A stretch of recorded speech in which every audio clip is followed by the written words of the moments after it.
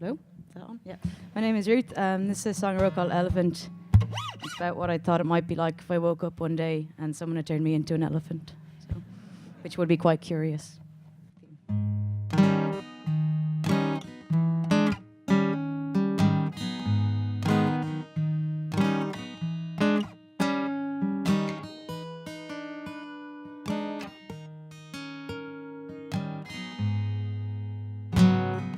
Mama washing herself clean. He comes knocking on a window pane. Me, I'm busy with a jigsaw on the floor.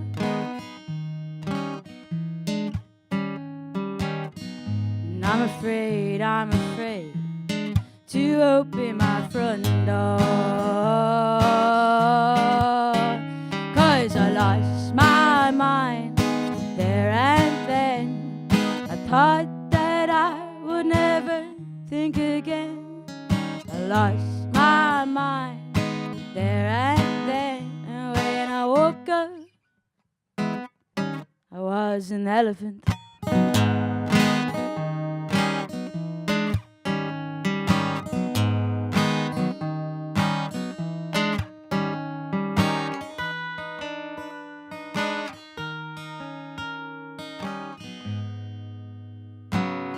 Now everywhere I go, they're staring at my ears,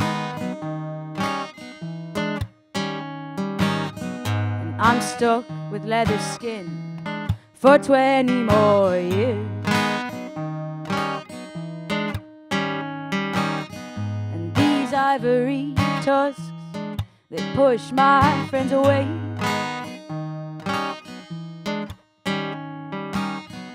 I was crying big old tears just every single day. So I packed my bags into my trunk and said my goodbyes to everyone. Soon realized I know where to go. I came back home and let my ears hang low. I let my ears hang low.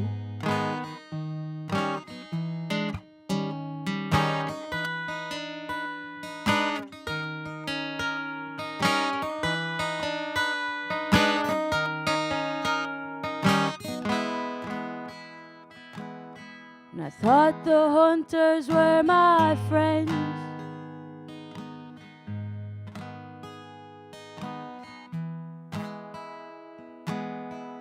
They just want me dead.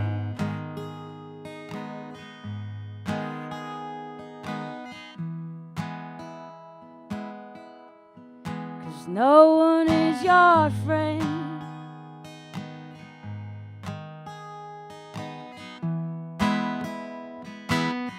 We are an elephant.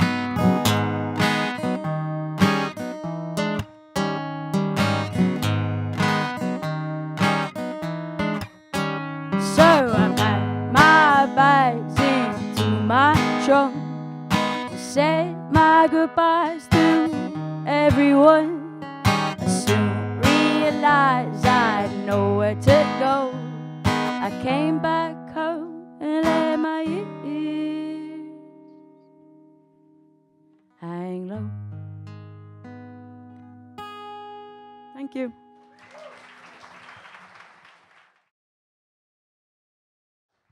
Hi, folks.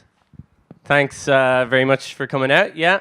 My name is Emmet. I am a digital product designer and I guess all-round curious person, which I now realize takes on maybe multiple meanings and they possibly all apply to me. I work for Intercom, as Aidan said. I'm director of product design there, and I live in Dublin with my wife and 2 kids. So that is kind of like my tweet-length bio introduction, but it's also the gist of what I'm actually going to talk about today. those things, design leadership, intercom, a bit about that, and my family. And so I'm going to kind of address all those things a little bit through the lens of curiosity. So also, as Aidan said, that the theme this month is curiosity, and he said, just do whatever you want, just to riff on that. And I thought it wasn't too bad. I had a look, and last month was anxiety, and the month before that was death. So I feel like it's like springtime, time to get the positive vibes going. And anyway, I feel like I probably can say a few things about it, because it seems like a pretty important trait for designers to have anyway, right? A lot of the best designers that I know or that I've worked with, a lot of them have all seemed to just be innately curious. You know, they're the types of people that want to make connections between disparate things and maybe put that together into some kind of a solution. But a lot of them are also like very curious about, after their work is complete, how it actually worked, how a user or a customer actually reacted to it. And that's often so that they can iterate on what they've done, or it's so that they can, you know, do better next time they're doing something like that. And then finally, in the world that I occupy, the technology world, the pace is kind of, it's breakneck, really. Sometimes it feels that way. And so I feel you need that kind of desire to learn on an ongoing basis, sometimes just to keep up, because things are really constantly changing in that world I inhabit. I think the world we all inhabit. So if you're curious enough, you might look back in time at the history of these things, and you'll kind of see that clearly, that things are changing rapidly. You're probably all familiar with this idea of exponential change, the notion that the world is changing and getting faster and faster all of the time. And if you look at, say, the period since the Industrial Revolution, you'll see these kinds of charts. So these overlaid all together are charts of what global GDP looked like, what the world population looked like, global energy consumption, the amount of CO2 in the world, and species extinction. Now, obviously, these are all like different vertical scales, but they're all along the same timeline, and they're all roughly the same shape, like the similar trends. So we're living in this age of really unprecedented, and this is only like, this is a 200-year graph from the left here, say the Industrial Revolution over here. And a lot of this change, I think, is clearly being driven by technology. It's kind of like this pinwheel force starting out around the steam engine, and then the microchip and computers in the last few decades come along and just like make things go completely crazy in all sorts of ways. There's a futurist, there was a futurist called Alvin Toffler, and he coined the phrase information overload. And I think that's how a lot of people sometimes feel in this kind of era where we're like up here with so much stuff changing all at once, especially if you're maybe a curious person or you spend time on the internet.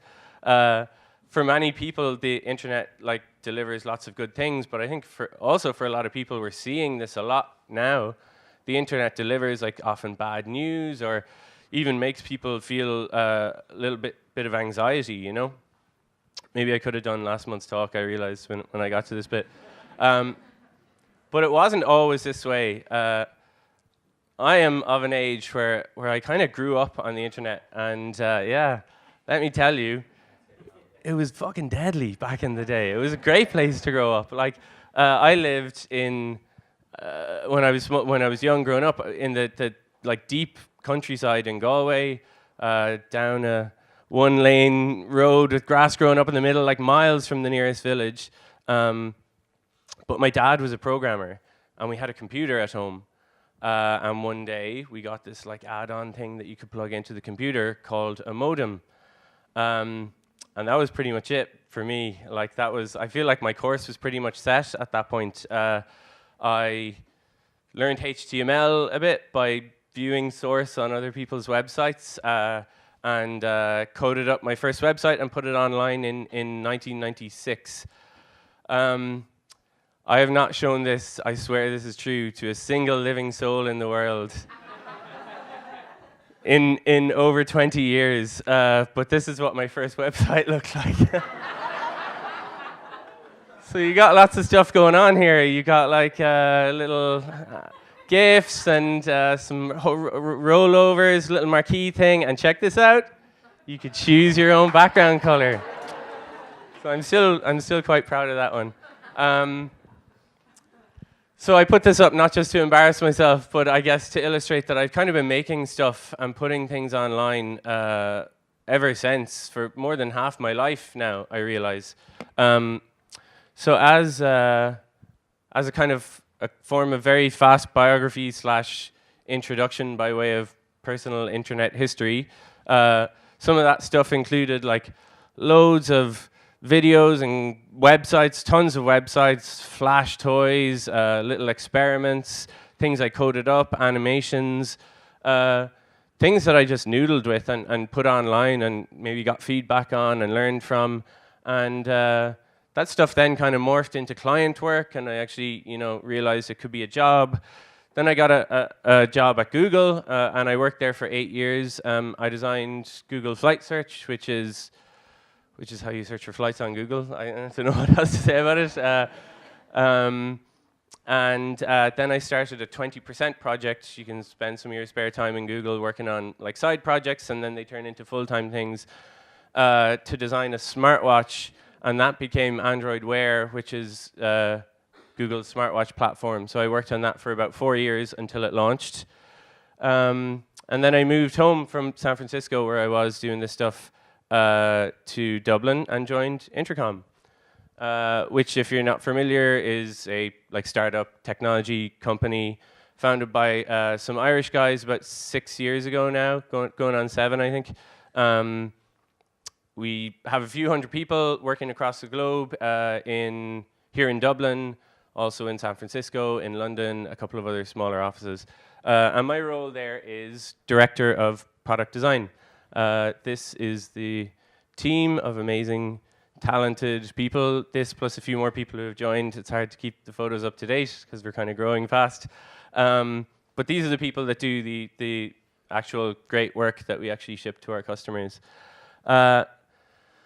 So in a turn of events, it remains, I have to say, pretty surprising to me myself. I find myself almost in a design leadership position at one of the fastest growing technology companies in the world, which some mornings is exciting and some mornings is kind of intimidating, if I'm honest about it. And I'll talk a bit more about that team and a bit about how we work later. But I will say, it wasn't a conscious plan that I had in place back when I was choosing crappy repeating background images for my GeoCities page. I was simply curious about the internet and about the world, and the internet to me represented this window into all sorts of information about the world that otherwise I would no way have had any access to. And as well as that, it was a medium that I could learn how it worked and make stuff out of. So it was just really exciting to me. And it was emerging and evolving all the time, and so I kind of just dove in and swam about in it. And so it makes me a little bit sad that things haven't really stayed that way in the internet, and people are a bit down on the internet, and it's not really as nice to swim about in anymore. All these corporations and troll farms and inexplicably famous YouTubers, which I just can't get, have come along, and I don't know, they've peed in the pool maybe a little bit. It's not as nice. But it's tough out there these days, I think, for curious people. There is this battle being waged. I'm sure you've read all of the think pieces about it. The battle for our attention. All of these technology companies are competing to create these supposedly nefarious products that are all designed to capture our curiosity and our attention and to keep us hooked on tapping and scrolling and swiping through endless streams of content. And people are kind of getting fed up with it, right? We see this. You hear about people going on social media sabbaticals or digital detoxes, and they just want to go live in a cave for a while and not have to deal with all this shit, and you can't really blame them. But they always seem to come crawling back. Like everyone seems to creep back online. And I think that has to do with curiosity as well, because it's this innate thing that for better or for worse, and we're not sure which it might be yet even, people are curious and they're keyed to want this stuff that it provides to us. So then I guess the question becomes like, what's the coping mechanism? Is there like a sane, healthy way to engage with this that won't drive you mad? Is there a way to be a curious person, which is a good thing, without letting it necessarily overwhelm you? Sounds kind of basic, but when you think about it like that, I think that we need to learn or relearn just how to be curious in this kind of safe way. And fortunately, I feel like I have a front row seat to the answer. Because, as I mentioned, I have 2 small children. And let me tell you, when you watch them, they know a thing or two about curiosity. This is them, here they are just having the crack.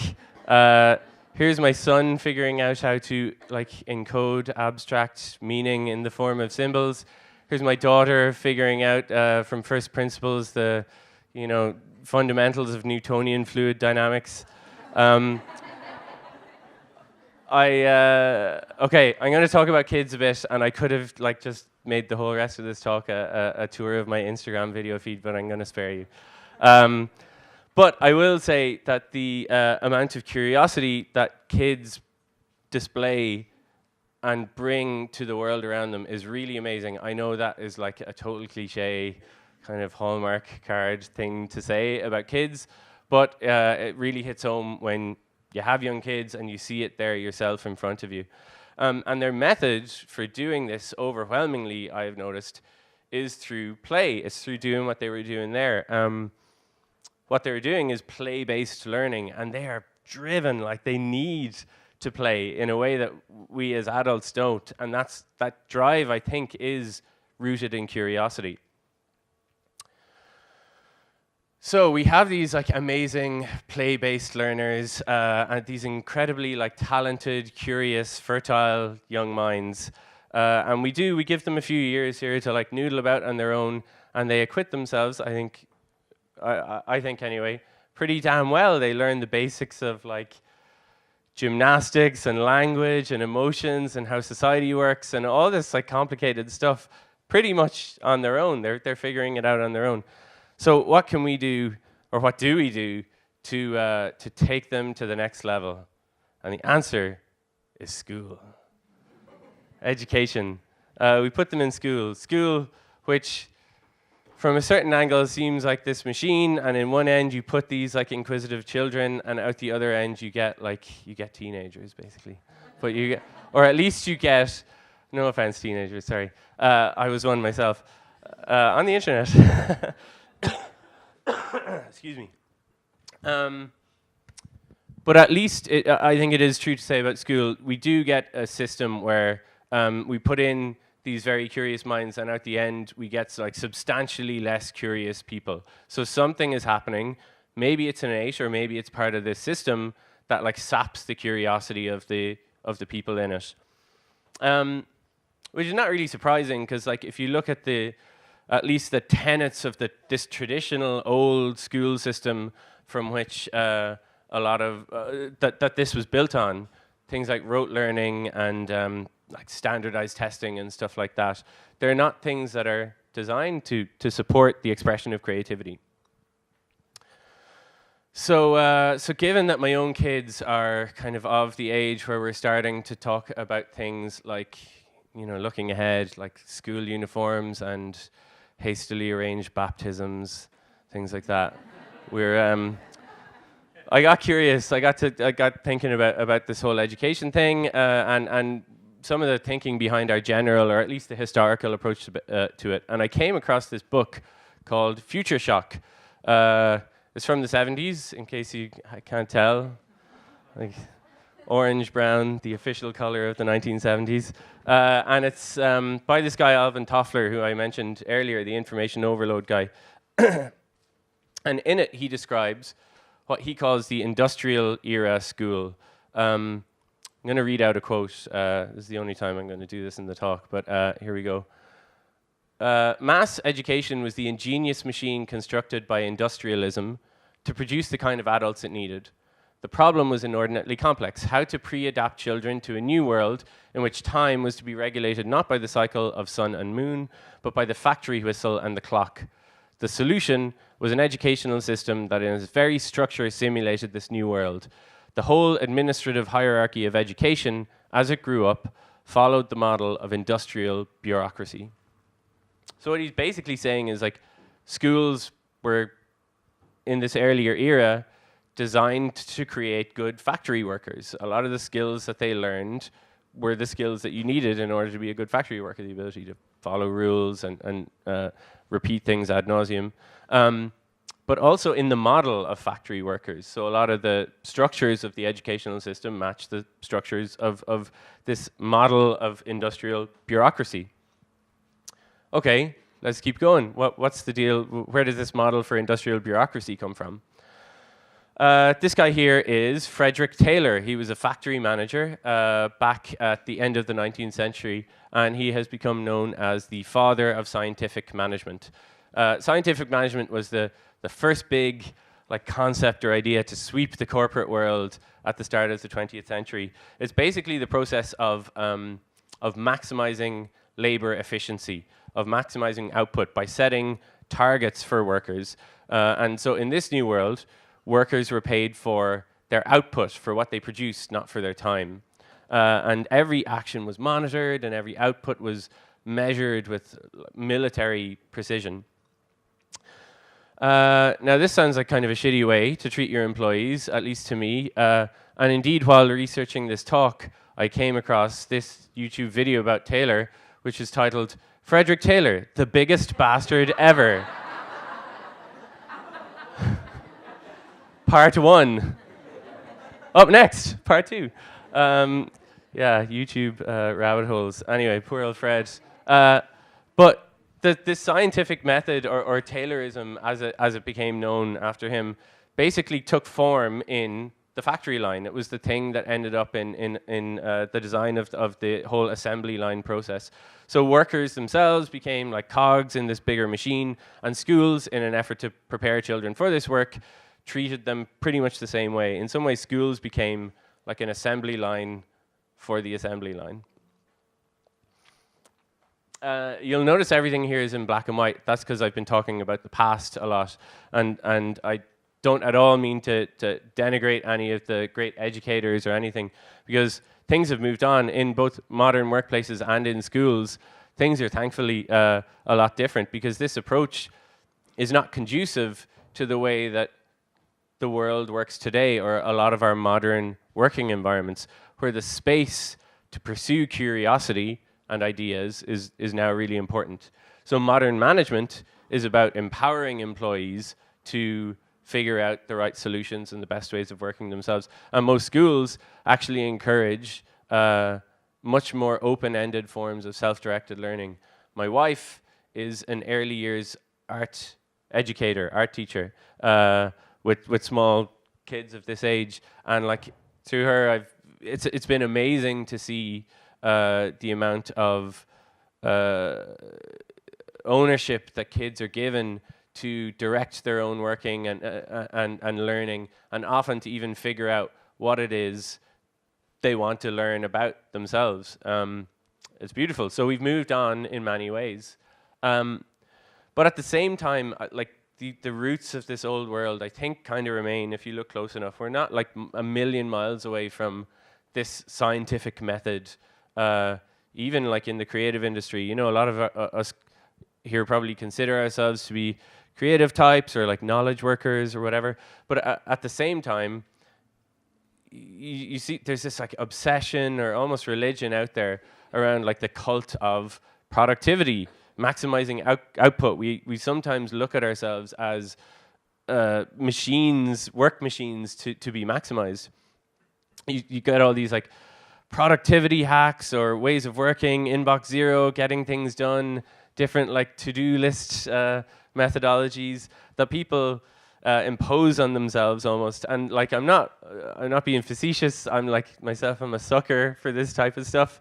And I've read some of these because it's an alluring promise, at least on the face of it. Like, just change this one thing, and you'll get way more output for the amount of effort that you put in.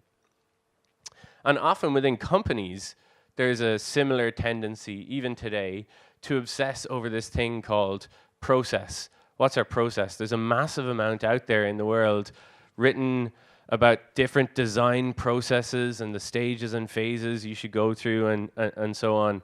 And a lot of them make sense. A lot of them are very wise and good and work well.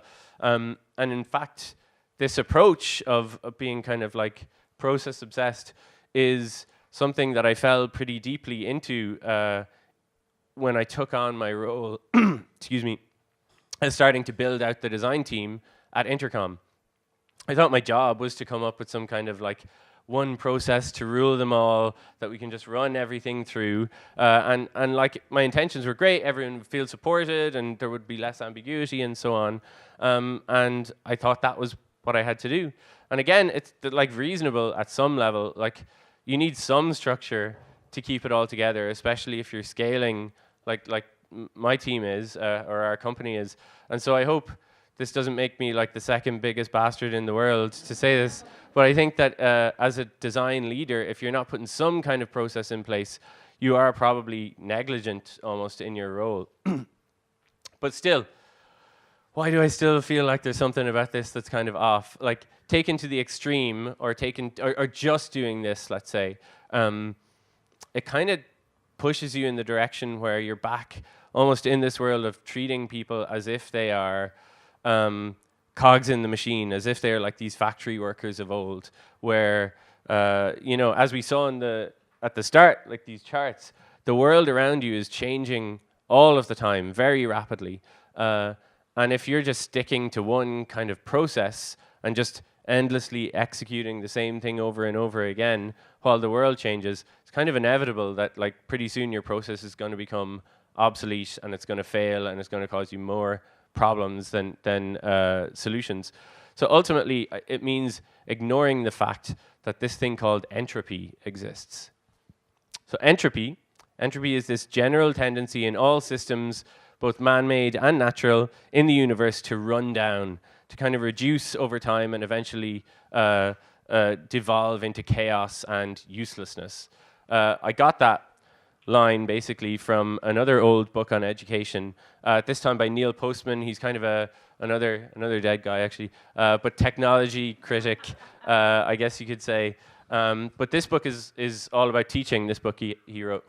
So I read this thing about entropy in this book, and I was like, of course, like this is what's going on here with my work and attempting to put process in place at Intercom. And it works for a while, but then it breaks, because kind of stands to reason, like what works when you put a process in place for 4 people who can sit around a coffee table and have a chat doesn't work anymore when you have 8 people, and so you like try and make it fit, but it doesn't quite, and it works even less well when you have 12 people and so on. So of course, as we went from stage to stage, these things kind of broke. So this book is a great title, I think. The idea it's describing here about subversive teaching, it's not a negative one, it's actually a positive one. It's basically trying to cast teachers in a way in which they would ask more questions, consider their own roles as being the questioner rather than the answerer, right? As a way of questioning or facilitating the kids to question the status quo of what's going on in order to change and evolve the teaching methods so that they don't submit to entropy. So here's what he's basically saying in this is that you need to put in place what he calls anti-entropic feedback systems, which is basically like a fancy way of saying like some way of sounding the alarm bell when shit starts to break. So an anti-entropic feedback system, in order to have one, we have to have adequate feedback. In other words, we must have instruments to tell us when we are running down and when maintenance is required. Kind of a simple thing, but like really, if you're reading this from a teacher or a leader's point of view, almost flips the model, or at least the traditional model. The leader isn't there to teach, they're there to learn about what's going on, and then they're there to facilitate change and evolution. It's kind of got me thinking, like, what might design leadership as a subversive activity look like? And kind of set about trying to do some of this stuff.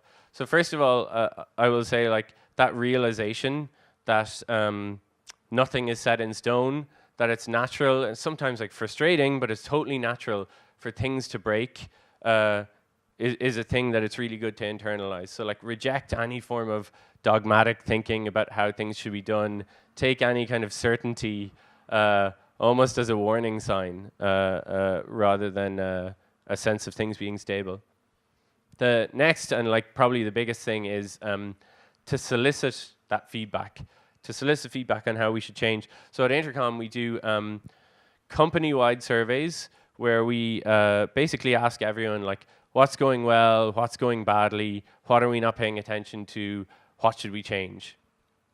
And we assess the responses, and the leadership team all gets together, and based on all that feedback collated and crunched and so on, we put together an action plan for, okay, here's what we need to change before things start to go really bad here.